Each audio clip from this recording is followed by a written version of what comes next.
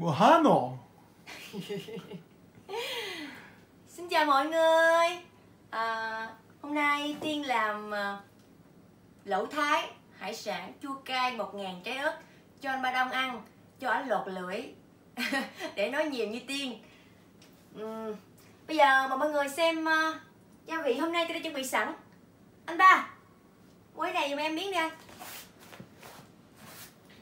Đây, gia vị của chúng ta: rau thơm, ngò gai, nấm, ớt, cà chua, khóm. Đó, nhưng mà không có rau nhúng tại vì không có rau muống này kia đồ, hay ăn nấm đỡ đi. Còn rau mồng tơi có bán nhưng mà không thích ăn mồng tơi. Đó, quay qua hải sản của chúng ta gồm bào ngư, thịt bò, tôm, mực với lại con nghêu sò điệp gì đó, nghêu. Với lại không phải thiếu sả bằm.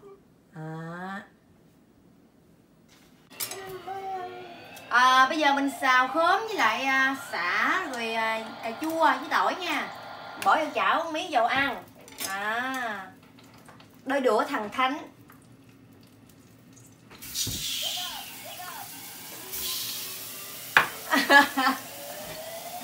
Gì đó nó xấu vợ là tội nghiệp nha. Bỏ khóm với cà chua vô ha. Khói cháy quá, hồi mà chữa cháy nó lại thấy mẹ nữa. Trời ơi, nó quăng vớt miếng lụm vô luôn. Xả nấu ăn mà như chiến tranh vậy má ơi. Xả.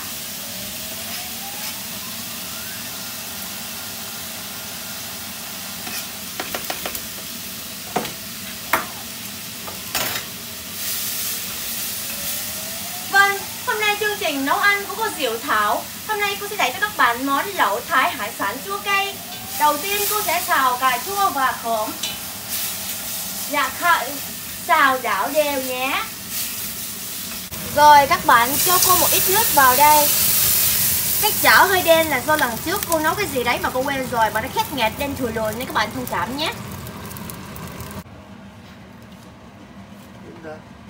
Mọi người ơi, đây là cái bọc gì cục gì đó, không biết là phải cục nấu lẩu Thái không, mà thấy có hải sản chua cay rồi nè, thôi mua về đại, không có bình lẩu Thái ở ngoài siêu thị chỉ bán này thôi. Anh Ba Đông anh bỏ vô kìa, anh rất là tò mò không biết cục phải là cục gì. 이것도 안 넣냐? Nè, ông hỏi bỏ ớt vô không? 내 고추! Trời ơi, đỡm không nội, ông này lỗi quá. Nước sôi rồi. Màu đẹp quá. Để hấp thử coi có vừa ăn không nha. Nêm thêm miếng muối nó vừa ăn luôn. Chan. Wow, xong xuôi mọi người ơi. Bây giờ mình sẽ bỏ ớt vô nha.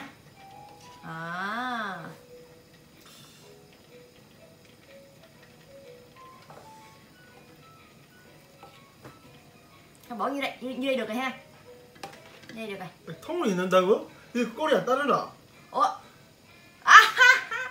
Chồng mình nói bộ không ngắt đuôi, bỏ đuôi vô luôn hả? Quên. 아저씨 요리 깡이다. Ông nói đúng là nấu ăn thất bại. Bỏ nấm bỏ bào ngư vô đây, bào ngư nó 다? tụi mới đi khưng cà tụi mới nó gầy. Bỏ bào ngư vô.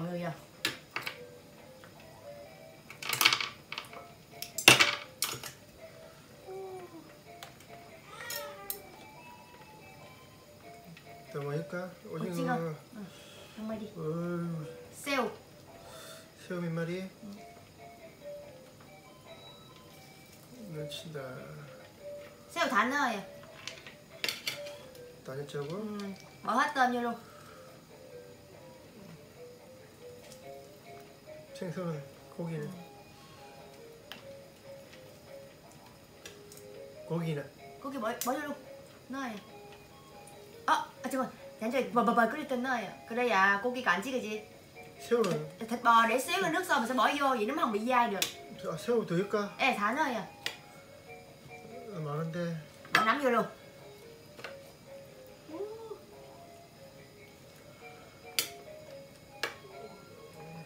ăn cái nồi lẩu là chắc chuồng xin bắt lão luôn quá. Đó, gãi nhẹ miếng rau ngò gai lên, miếng rau thơm lên.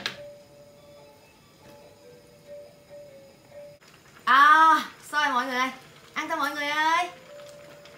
Đây là bún nha, bún khô mua về luộc á, chan nước vô húp. Ê, hạ lửa xuống cái nó nhảy lật tực. Ăn con tôm coi, mời mọi người con tôm nha, mời mọi người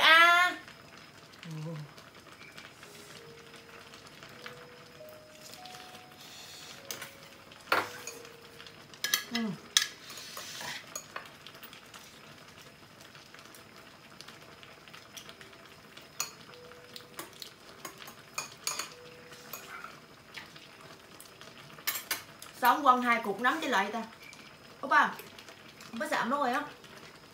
Có sợ? 안 익었어. Ông nói chưa chín không ăn thử coi.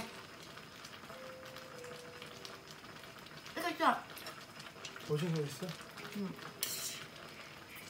Ô, nó văng trong mặt.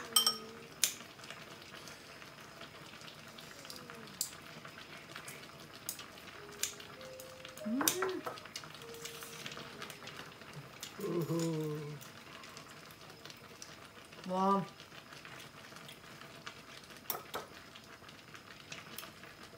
우리 많이 닮은 것 같은데. Mất. Chốt bột. Bào ngư đâu?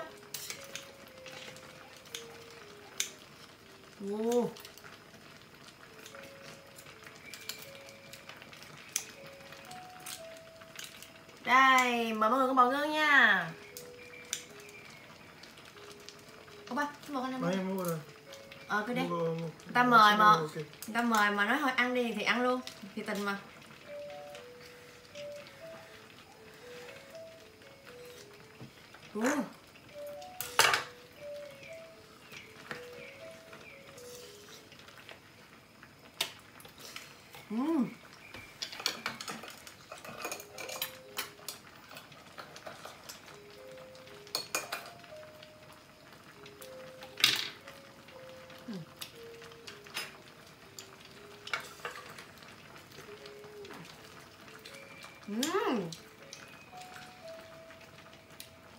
Nước lẩu cực kỳ ngon, rất là thơm mùi sả.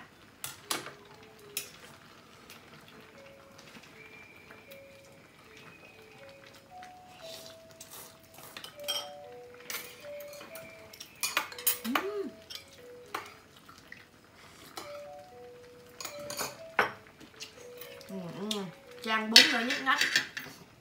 이 베트남 음식이라고? 태국 음식. 태국. Chồng mình hỏi cái này món Việt Nam hả? Mình nói món Thái. Món Thái là Việt Nam. Cái này biết không? Thiếu nước chấm nè, bây giờ làm biến đi gót nước chấm nè, nước mắm ớt nè. Rồi ăn luôn nè. 오늘 축구 보고 베트남 거기 가봐야 되는데.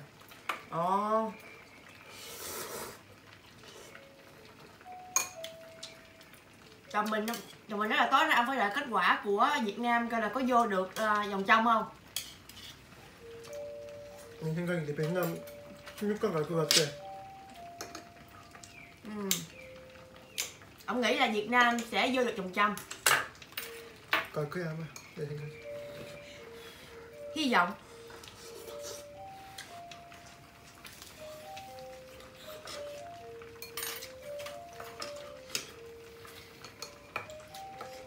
Ngon không?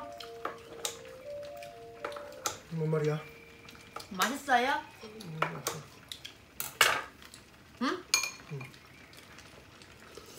Hỏi ngon không mà gật đầu. 맛있네. 내 입맛이 안 맞는 줄 알았는데. Ông nói ngon quá nè, thấy tưởng đâu không hợp với ổng mà giờ hợp.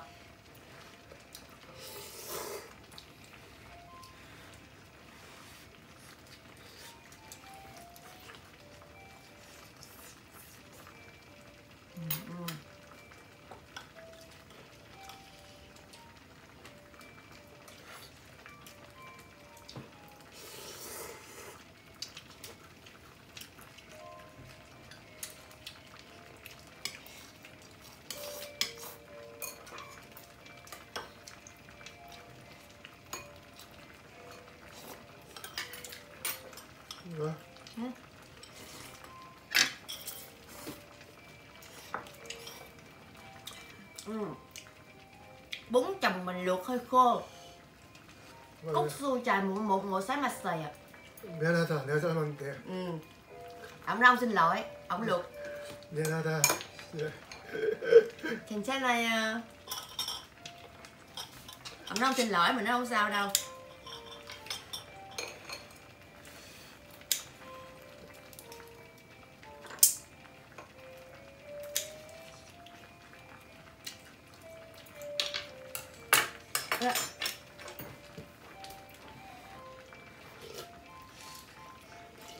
Làm miếng lột vỏ tôm ăn luôn.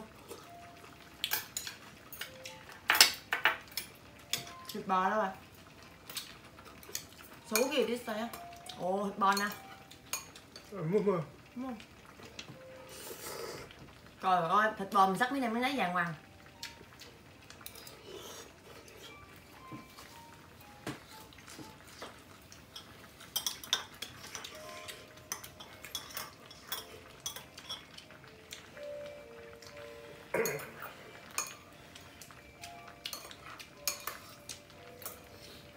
맵네.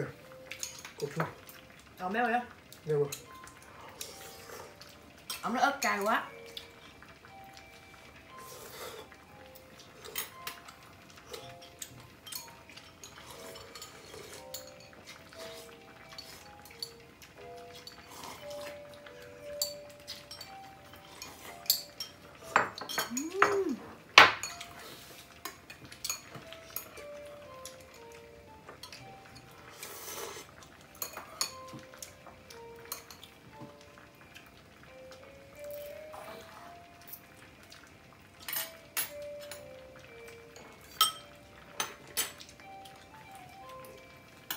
Miếng nước rồi.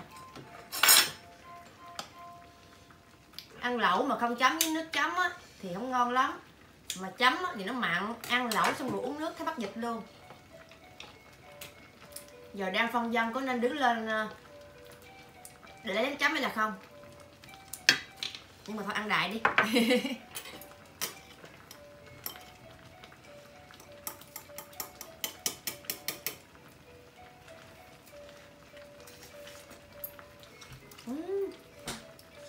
Ngon trời, ngon thật sự là ngon luôn á. Không phải mình nấu mình khen cái thiệt á. 앞으로 자주 끓여줘요? 왜? 맛있잖아. 맛있는데. money 많으면 자주 끓여. Hả? money 많으면 자주 끓여라. Mình nói là cái này ngon thì lúc mình sẽ nấu thường xuyên cho ông ăn. Ông nói nấu được thì nấu. Mới đầu thì nói thôi khỏi đừng nấu. Mình nói ủa ngon mày không ăn. Có phải à? Nấu được thì nấu. 돼야 되지 않나? 그러면 이제 끓여야지. Cứ lên tí nữa. Giờ tắt bếp đi. Giờ nước lẩu nó giật dữ rồi. Giờ mình vớt đồ ăn mình ăn nè. Nghêu sổ ốc hết gì đâu chân rồi. Bầu ngư. 원래 이렇게 안 돼? 잘 삶으면 이렇게 안 돼? 떼요. 조금 더 삶아야 따뜻할 때 먹어야지. 아 그러니까. À, 촉촉해져야 돼. 조금 더 촉촉해야 돼. Ôi dạ. Ông nói bún luộc gì là không có được hả? Luộc còn cứng với còn khô lắm. Rồi phải thêm miếng nước nữa, mềm xíu nữa.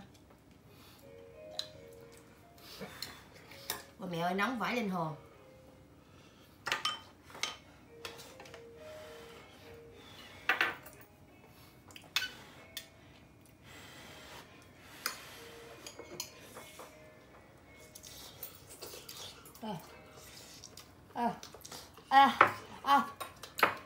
짜라 먹으니까 뭘 그래? 입에 한 개 먹고 짜라 먹어. Ông kêu mình cắt ra ăn đi, ăn gì một miếng con cho nó nóng. 맛있다. Chảy mồ hôi luôn rồi. 이거 추운 날씨에 먹으니까 더 좋지? 모르겠다. Trời lạnh mà ăn cái này là nhức nách mà.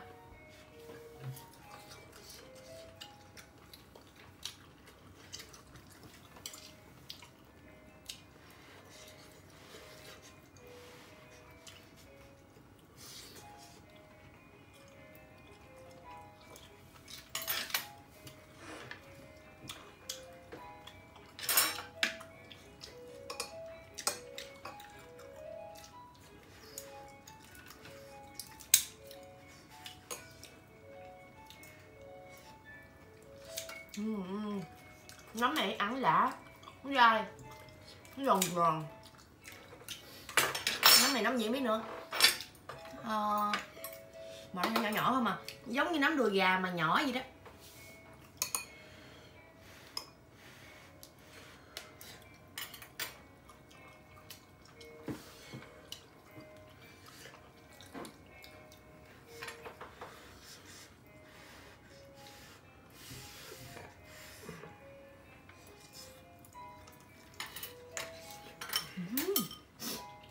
Đổ nước muối luôn, đổ ăn nước mũi luôn. Không rồi.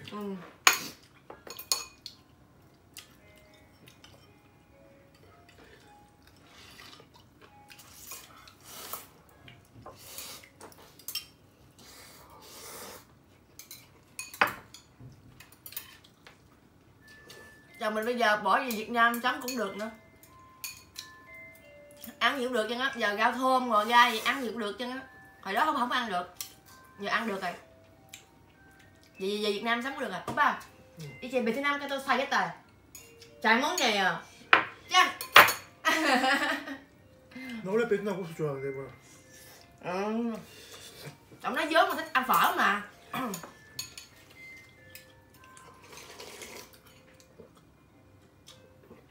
Nè, ăn cái thịt bò nó đi.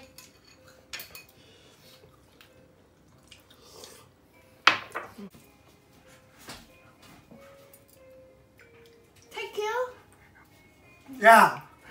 예쁘게 써지 마라. 어디 이거? Ông nói đừng giả bộ dễ thương.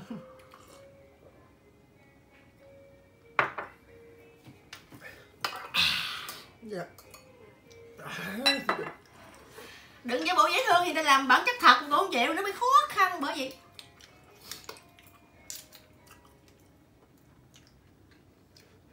예쁜 척 하지 말래 했잖아. 그래서 원본대로 해야지.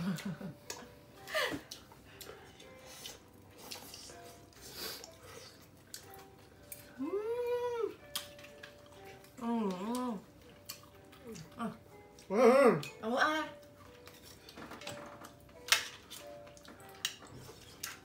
Còn con bào ngư gấp cho ổng.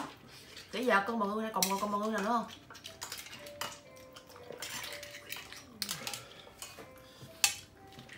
Hình như đó là con đàn còn hả? Tính đâu nó là con cuối cùng mình sẽ giật lại. Ây da. Ây da. Cua đỏ.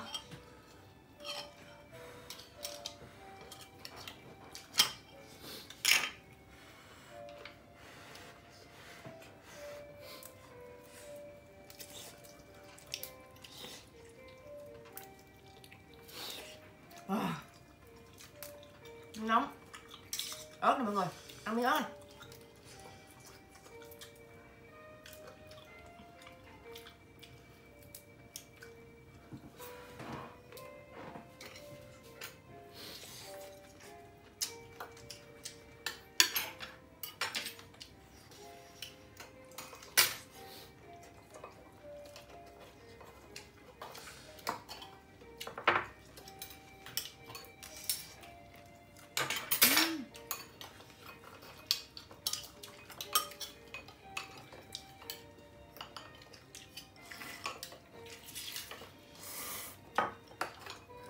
맞죠.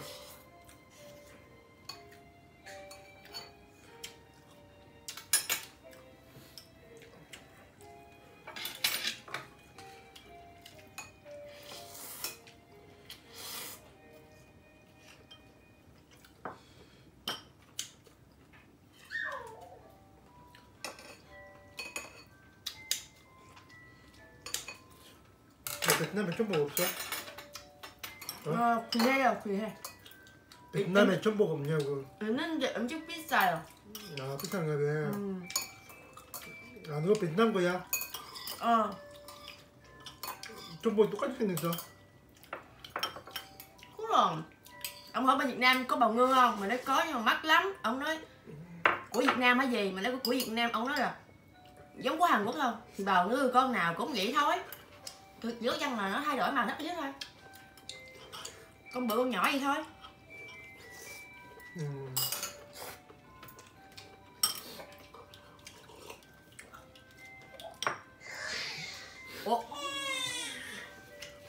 kể đi, ăn.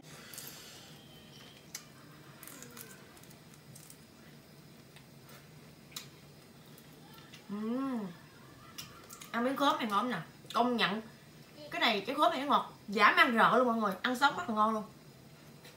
Còn cửa đẳng nửa trái rồi. 오빠 어, 이거 진짜 맛있지? 먹어봐. 그만 얘기하면 안 돼? 맛있다 했잖아. 먹어. 먹고 있잖아 이거 여보. 아니 이거. 아 파인애플. Chồng mình nói cái này. Hà vô nó la quay quải đặng. 하이입니다. 데리고 와. Hà Dương của chúng ta đây mọi người ơi. Hà Dương đang ăn chuối. Oops, banana. I like banana. Banana.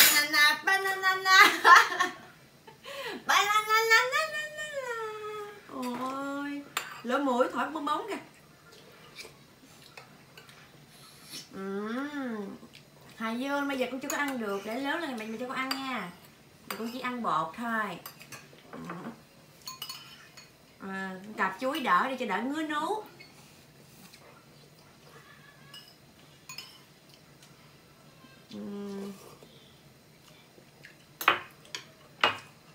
Cạp mà cũng kiểu cách lắm nha. Đưa bên đây cạp xong đưa bên kia cạp, đủ hai bên luôn. Nhìn ba nó ăn nè, nó nhìn ba nó gắp con tôm.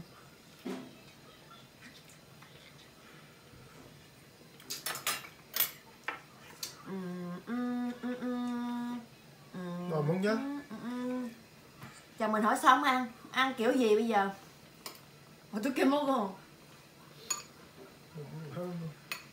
아니 먹어. 많이 먹어요. 힘이 세게.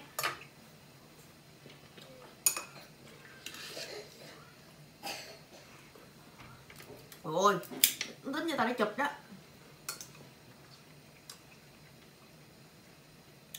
Hà Dương bây giờ để cái gì mà gần là nó quên, nó hốt hết. Phải để ra spa. Ra spa.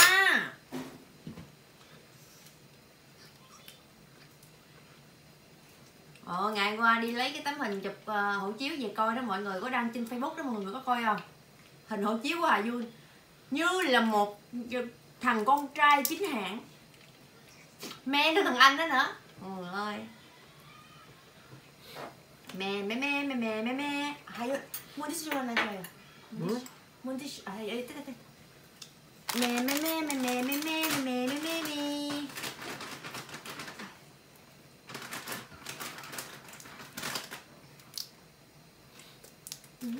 Ôi trời ơi, cái nhút mũi. Hà Dương bị sợm mũi nhẹ rồi bà con ơi. Tội nghiệp con gái lắm. Mẹ bị bệnh là con bệnh luôn à. Hai mẹ con bệnh như nhau luôn.